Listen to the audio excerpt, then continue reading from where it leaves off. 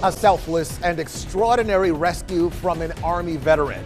He risked his life to save his country, and now he's doing it again, risking his life to save a stranger. You're watching 8 News at 11. I'm Eric Phillips. I'm Deanna Albritton. Juan Serrano was driving home from an event with his wife when he saw a man jump off a bridge in Petersburg. He then jumped in after him, floating downstream safely. Now, keep in mind, not only was this a dangerous feat, but think about how cold our waters are at this time of year. Right now, Virginia is averaging 40 to 50 degrees in water temperatures. And according to the National Weather Service, cold shock can be just as severe and dangerous, starting between 50 and 60 degrees.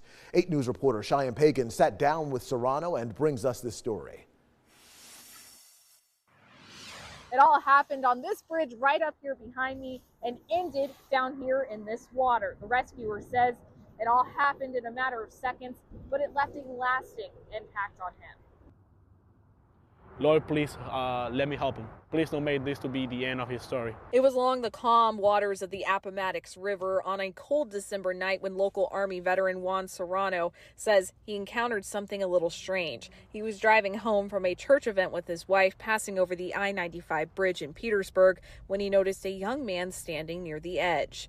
As I was approaching him and trying to offer him help, he started to pacing towards the bridge and coming up and down. Then next thing I know, he just jumped. It all happened within seconds. The young man went over the side of the bridge and straight into the dangerously cold water, about 50 to 60 feet down. And he came back up and called for help. So Serrano says he sprang into action from above. That's when I looked at my wife to call 911, and I just went after him. Just literally just jump. I didn't thought about it. Serrano was able to catch up with the young man, and the two floated about a mile down the river before ending up on the shore near a water treatment plant. Serrano pulled him out of the water, and first responders met them there to make sure they were okay. Thankfully they were, thanks to his selfless action. It was a kid that needed help, and God put us there for a reason, and I was able enough to just go in and try to help him. Serrano says he doesn't want any recognition for the bravery he showed that night, but instead wants to spread awareness about mental health issues. And when I go through the whole process, thinking about, I wish I could have prevented instead of reacting to the situation. I wish I could have done something. I wish somebody else could have actually helped, hear his cry for help if he ever did, or noted the signs.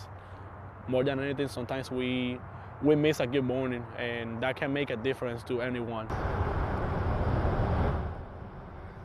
Serrano says he hasn't had any contact with that young man since that night, but he says he hopes he's doing well and he's there if he ever needs anything. In Petersburg, Cheyenne Pagan, 8 News.